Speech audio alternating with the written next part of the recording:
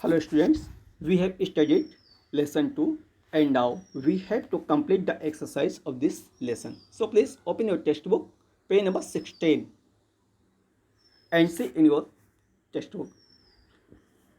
Here is written comprehension. The exercise A is write true and false. यानी आपको बेटा true and false लिखना है नीचे के सेंटेंसेस को पढ़ करके, ठीक है ना। तो अपनी बुक में देखिए, फर्स्ट सेंटेंस है the author lived in A 3 story building. यानी जो लेखक है वो 3 मंजिली इमारत में रहता था, ठीक है ना, 3 मंजिला इमारत में रहता था। तो ये सही है, इसलिए ये बेटा ट्रू, ठीक है, ट्रू। सेकेंड है आपका बेटा Dolly was scared of the field rat. सही बात है, डॉली जो है उस रैट से डर गई थी, ठीक ना, तो ये भी ट्रू है।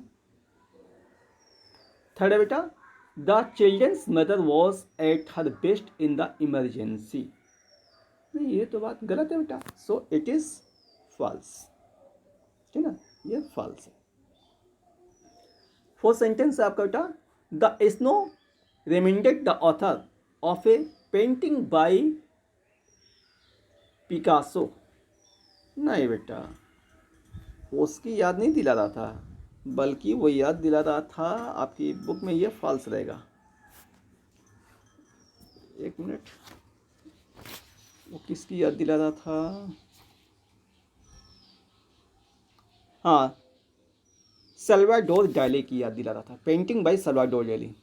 वो सेंटेंस आपकी बुक में the clock on the wall height stopped and with its covering of snow reminded me of A painting bye Salvador डाली। सल्वाडोर की डाली की पेंटिंग की याद दिला रहा था, ठीक ना, तो ये गलत है बेटा, ठीक है।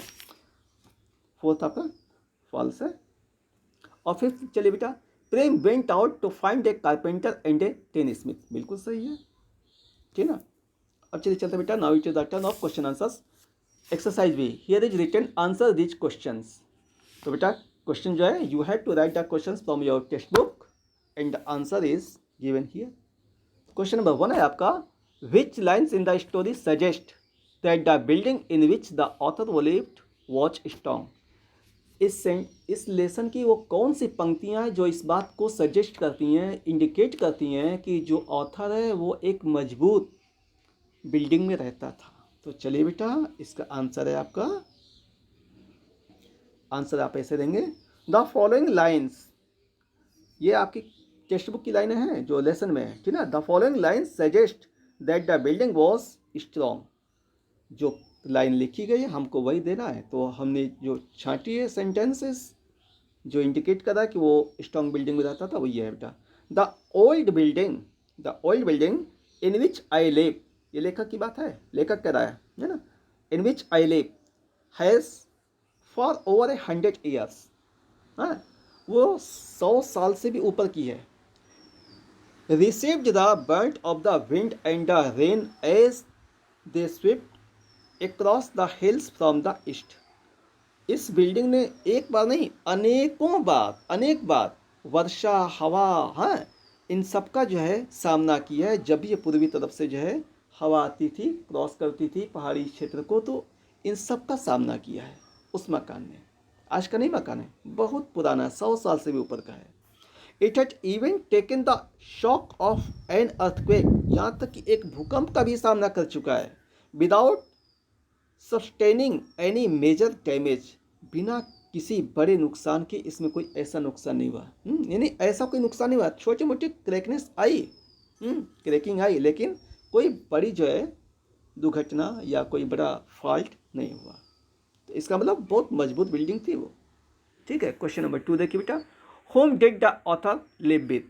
वो ऑथर किसके साथ रहता था? तो इसका आंसर बेटा the author lived with his adopted family of 3 children and their parents. यानी उस अडॉप्टेड फैमिली के साथ रहता था जिसमें 3 बच्चे थे, उनके मम्मी पापा थे। हाँ, और कहाँ रहता था? On the top floor of a 3 story building. यानी कि उस 3 मंजिली इमारत के एकदम टॉप फ्लोर पर रहता था, ऊपरी मंजिली में रहता था लेखक, ठीक है। क्वेश्चन नंबर 3 है how did the author keep his books. लेखक जो है अपनी किताबें कैसे रखता था? तो इसका आंसर है बेटा the author kept his books in open shelves, यानी खुली अलमारियों के रैकों पर रखता था।